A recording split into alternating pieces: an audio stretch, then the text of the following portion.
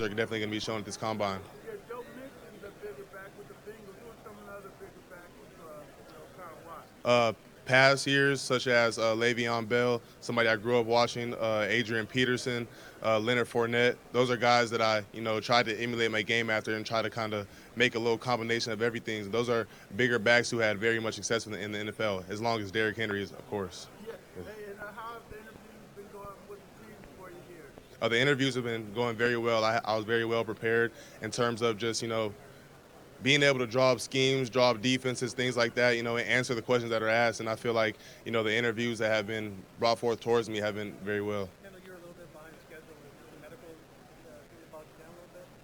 Except for the medical exams. What was that? Did the medical exams keep you behind schedule today? Yes, sir. I went and got an MRI on my knee and then an X-ray on my elbow. The X-ray was a past fracture from 8th grade. What do you think is it that makes Georgia different than any other school in the country? I would say at Georgia, we just prepare different every week. Every week we take it as a game mentality, especially having a coach like Kirby Smart. There are no days where we can just be lackadaisical or be lazy or anything like that. The Georgia standard has been set before I even stepped foot on campus. And that was something that we as players took that personal and wanted to uphold because, winning a national championship isn't easy. It's not something that you can just wake up and think, oh, we're Georgia, we're going to win. It's something that goes every day, even outside of practice. It starts with how you attack meetings, how you attack film room, the weight room, everything like that. So I feel like the way that we prepare, the way that we pride ourselves in the standard of Georgia football, that's what set us different from other college programs. Can you talk a little bit about Carson Beck? Yeah, Carson Beck is crazy because me and Carson came in on the same class. So, I remember Carson's hard times when there was a loaded quarterback room and, you know what I mean, things were told, but things weren't really, end up on the back end. But just to see where he's at now, I'm very proud of Carson. He's been resilient. He showed composure and, everything that he's really taken in now, he really he deserves all of it because he's put the work in even when he was, coming out of high school, a great quarterback, but had to kind of sit in the shadows for a little bit. He stayed patient and everything's paying off for him now. What did you met with formally here so far at Combine? I haven't met with anything formally at the combine.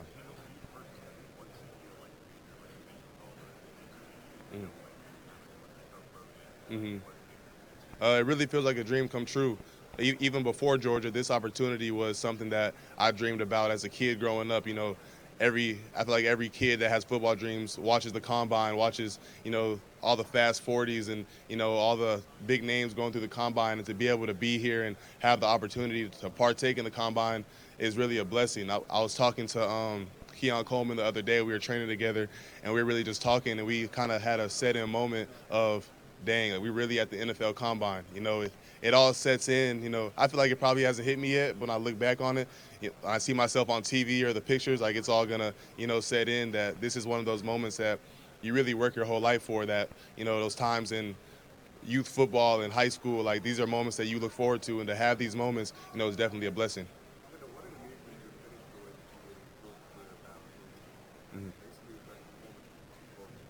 It definitely meant the world to me because even, I got asked this question the other day of how I felt my career went. And I feel like some will say my career went good, but for me, I feel like there was a lot left on the table in terms of what I know that I bring to the table and what I know fully healthy Kendall Milton, what would have happened on that field. So, I feel like being able to have the opportunity to finish the back half of the season healthy, especially with finishing with the SEC schedule, the top teams in the SEC, that was definitely a blessing because, if anybody followed Georgia football, it hasn't necessarily been an easy college career or an easy journey. Even when I have played, there was still, dealing with certain stuff. But to have teammates that had my back, like Javon Bullard, Cedric Van Pran, those guys stayed in my ear every day, letting me know that they believe in me. And I let them know at the end of the Florida State game how much it meant to me because, those guys kept me motivated throughout that whole process. And, it was definitely a blessing to have teammates like that. And I got to give all the thanks to God for allowing me to have the back end of the year that I had. Did you learn anything about taking preventative measures throughout your career to maybe avoid injuries, or is it sometimes just bad luck? I feel like part of my career has been bad luck, just especially with, the MCL type, just wrong place, wrong time, wrong situation. But, if you could ask any of the training staff, any of the coaches, I was in that training room, like I lived there, especially with my class schedule going into my senior year. I was in there any opportunity that I had of free time. I was taking it in the training room, just trying to get ahead of the game a little bit. I even invested in certain things within my own household, like the little slant board, electric foam roller, foot massage, doing yoga every night in front of the TV, trying to do little measures just to keep myself on the field so I can be there to support my teammates. Do you think as a family, I know family's big for you, talk about the support you've had throughout your career as well as you got it now. It's been crazy, going through high school. My parents have made a lot of sacrifices just for be able to make me, who I am today. Even my brother is somebody who I looked up to. He was 5 years older than me, so he was really that big brother figure. He went to Fresno State, and I remember every game, I would take pictures of him before the game, after the game. I'm meeting up with him, putting the camera right in his face, letting him know how proud I am. And, just at this point now, to have kind of the roles flipped to where he takes me every day, and if I need to talk about something, he's always there for me. I would say my support system is the reason why I'm here, why I am today, because like I said, everybody knows what I dealt with at Georgia. There was a lot of moments where I didn't even know if I wanted to keep playing football, just because that when injuries start piling up, you start getting in that kind of depressed mind state. But they were always those people that were literally in my corner. Every time after something happened, I would always call them, and they gave me the words that I needed to keep it going. So I would say there would be no Kendall Milton without my support system.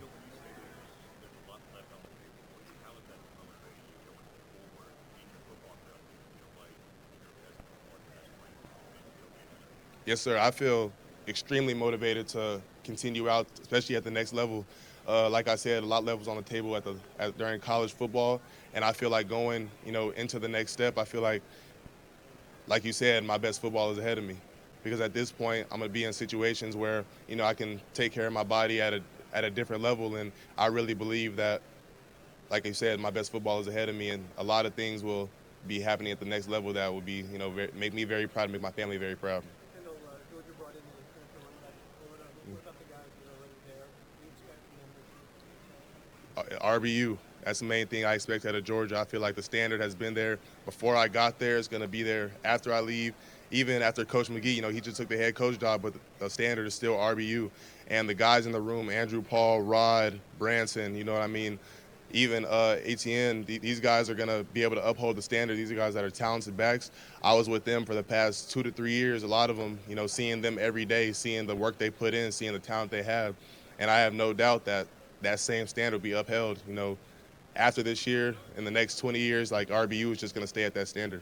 Kendall, what was the biggest learning curve for you at Georgia, and how do you feel like they prepared you for this moment? I feel like at Georgia, the biggest thing that I learned is just really control what you can control.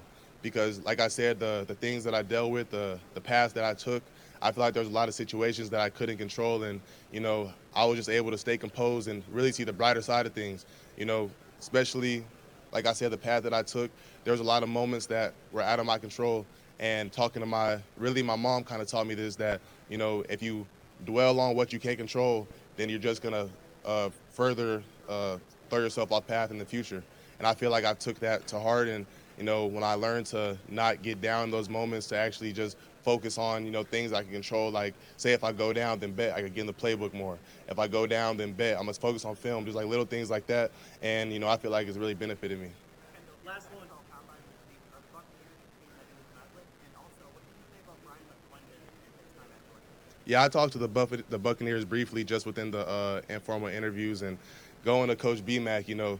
Coach he's always been one of those coaches that, he feels like more than a coach. He feels like somebody you could talk to. You know what I mean? He has that kind of that player mentality, that player type of vibe. When you talk to him, and it's easy to talk to him about off the field issues, talk to him about something going on in your life, because he's dealt with it. He's been in those situations. He's gone through everything we're going through, and he just has a big heart. And, I really appreciate BMAC, because he's been one of those coaches that you can tell he has your best interest at heart, even off the field. Thank you.